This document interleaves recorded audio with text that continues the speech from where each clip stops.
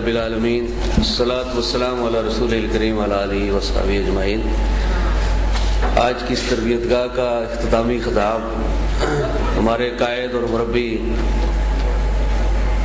جناب حاجی حسین احمد صاحب امیر جماعت اسلامی پاکستان، ان کی اختتامی ہدایات کی انشاءاللہ وہ ہمارے لیے رہی اور اثاثہ ہوگی۔ میں اس موقع پر ان کا تہہ دل سے شکریہ ادا کرتا ہوں کہ وہ اپنی بے پناہ مصروفیات سے وقت نکال کے یہاں پہ تشریف لائے اور ہماری حوصلہ افزائی فرمائی۔ اس گزشتہ سارے عرصے میں جماعت اسلامی آزاد جموں و کشمیر، تحریک آزادی کشمیر کے محاذ پہ، دعوت اور تربیت کے محاذ پہ الحمدللہ انہوں نے خود بھی اور ان کی ساری ٹیم نے جس طرح سے ہماری سرپرستی فرمائی ہے، ہم تہ دل سے ان کے ممنون بھی ہیں اور دلی طور پر دعاگو ہیں کہ اللہ تعالیٰ ان کی ان کاوشوں کو قبول فرمائے اور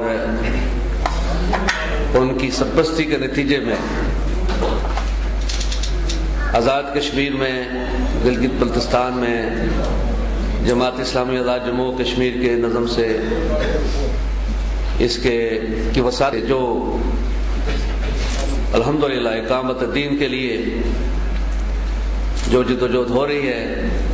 اللہ اس کو اپنی برکتوں سے سرفراز فرمائے۔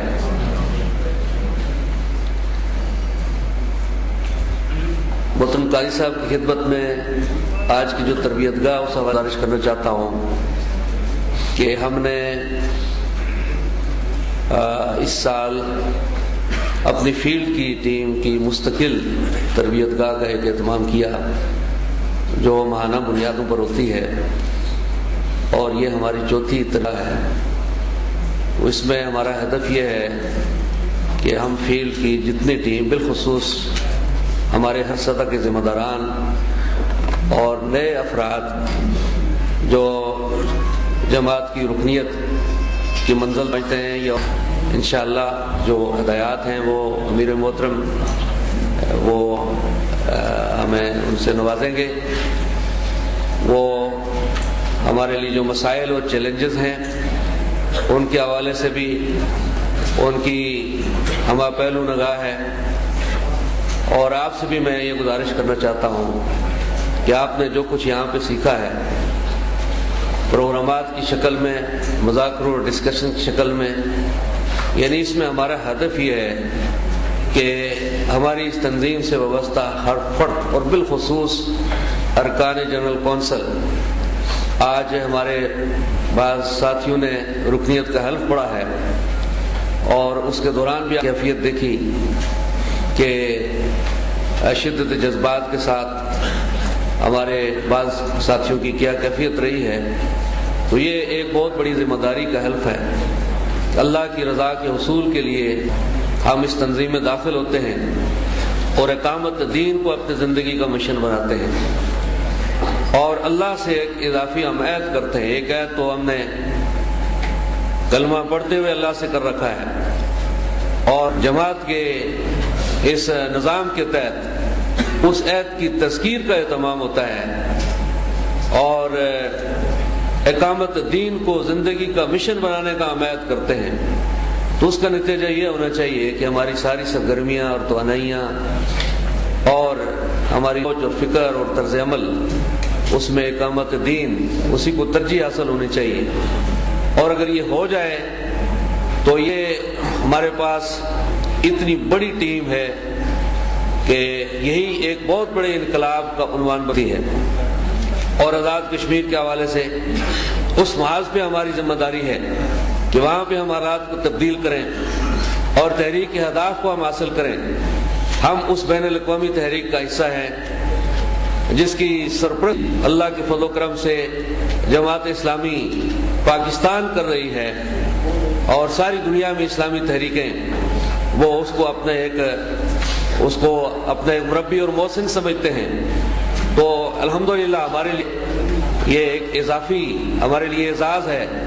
کہ جماعت اسلامی پاکستان کی قیادت اور بانی جماعت کی وہ برپا کردہ تنظیم اور اس کے تربیت یافتہ ہمارے قائدین وہ ہمارے اور محسن ہیں اور ہمیں اتنے وسیع مواقع حاصل ہیں. تو ان سے استفادہ کرتے ہوئے ہم یہ عزم لے کے جائیں کہ آزاد جموں کشمیر کے کونے کونے میں اور گلگت بلتستان میں بھی ہم اپنی اس دعوت کو پہنچائیں گے اور اپنے دین کو ایک مثالی ایک اچھی اسلامی تحریک جو ہے ایک ماڈل اسلامی تحریک اپنے ان قائدین کی تربیت میں ہم اس کو نشوونما دیں گے جس کے کافی امکانات الحمدللہ ہمارے خطے میں موجود ہیں. اس تحریک کے ساتھ نوجوانوں کی ایک ٹیم وابستہ ہے. اسلامی جمعیت طلبہ کے ذمہ دار اور ارکان جمعیت طلبہ عربیہ سے فارغ ہونے والے ہمارے ساتھی وہ اللہ کا فضل ہے کہ اس ٹیم کا حصہ ہیں. ہماری مرکزی مجلس شورا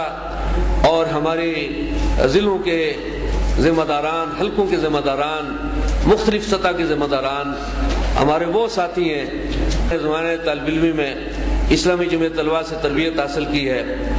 اور وہ کام کرنے کا. تو اب یہ ہماری ذمہ داری ہے کہ اپنے اس مورچے کو مضبوط کریں اور وہاں پر نظام اور فرسودہ نظام کو تبدیل کرنے کا جو چیلنج ہے اسے ہم عہدہ برا ہوں. اس کے اصول کے لیے مؤثر تنظیم وہ درکار ہے اور مؤثر تنظیم اسی صورت میں ہمارے وجود میں آئے گی کہ ہماری اس کی اکائیاں مؤثر ہوں. ہماری تنظیم میں جو رکن کی حیثیت ہے وہ آپ کو معلوم ہے کہ وہ ایک مقامی لیڈر ہوتا ہے. مرجع خلائق کی اصطلاح سید مودودی نے اس کے لیے استعمال کی ہے. اور اللہ کرے کہ ہم وہ مرجع خلائق بنیں اور اپنی ساتھ چلنے والی ٹیم کی بھی تربیت کریں, عوام الناس کے لیے بھی مرجع بنیں اور اپنے اس خطے میں ہم اقامت دین کے لیے اپنی اس جدوجہد کو آگے بڑھانے کا ذریعہ بن سکیں. اس کے ساتھ ساتھ تحریک آزادی کشمیر وہ بھی ہمارے دستوری کا ایک حصہ ہے اور ہمارے دستور میں یہ بات ہے کہ آزادی کشمیر کے لیے جدوجہد کرنا, اس کے لیے جہاد فی سبیل اللہ کے امکانات پیدا کرنا, موجود امکانات سے فائدہ اٹھانا اور اس تحریک کو اپنے منطقی انجام تک پہنچانے کے لیے اپنے سارے وسائل کو بروئے کار لانا, یہ بھی ہمارا تنظیمی اور دستوری ہدف ہے. اور گزشتہ 20 سال میں الحمدللہ جماعت اسلامی آزاد جموں کشمیر نے جماعت اسلامی پاکستان کی قیادت اور سرپرستی میں اور بالخصوص قائد قاضی حسین احمد صاحب کی مربیانہ شفقت میں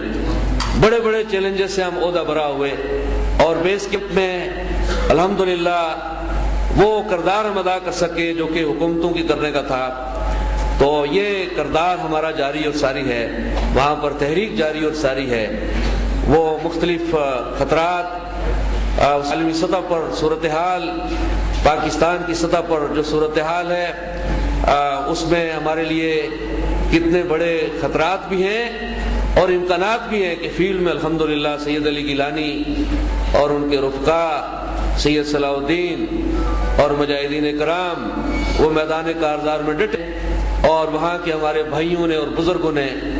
ہر طرح کی قربانی پیش کر کے یہ ثابت کیا ہے کہ وہ ہندوستان کے ظلم اور تشدد کے سامنے سرنڈر کرنے کے لیے تیار نہیں ہے. تو یہ اس تحریک کا احساسہ ہے, اس کو آگے بڑھانا, اس کی حوصلہ افزائی کرنا, اس تحریک کو یہاں پر سازشوں سے بچانا اور یہاں پر ایک ایسی مؤثر اور بیدار رائے عامہ منظم اور متحرک کرنا جو کی حکومتوں کی پالیسی پر اثر انداز ہو, یہاں حالات کو تبدیل کرے, یہاں کی پالیسیوں کو ہم اپنے اہداف سے آمانگ کریں. تو یہ ایک بہت بڑا ایک دوسرا چیلنج ہے کہ جو ہمیں درپیش ہے اور جس کے حوالے سے گزشتہ 20 برس سے جماعت اسلامی آزاد جموں کشمیر مسلسل اپنا کر رہی ہے. اسی حوالے سے اس وقت ایک مہم ہم لے کے چل رہے ہیں, حق کی خود ارادیت کی مہم, جو آزاد کشمیر کے 3-4 اضلاع میں ہم مکمل کر چکے ہیں اور باقی اضلاع میں اور گلگت بلتستان میں ہم چاہتے ہیں کہ یہ بھرپور مہم منظم ہو. اور اس کے ساتھ ساتھ ہمارا جو ہدف ہے جس کے بارے میں 12 آپ کو بریفنگز دی گئی ہیں کہ ہم ایک معذر نامہ پر کرانا چاہتے ہیں, لاکھوں لوگوں سے دستخط حاصل کرنا چاہتے ہیں اور کشمیر فنڈ بھی ہم جمع کرنا چاہتے ہیں، اس لیے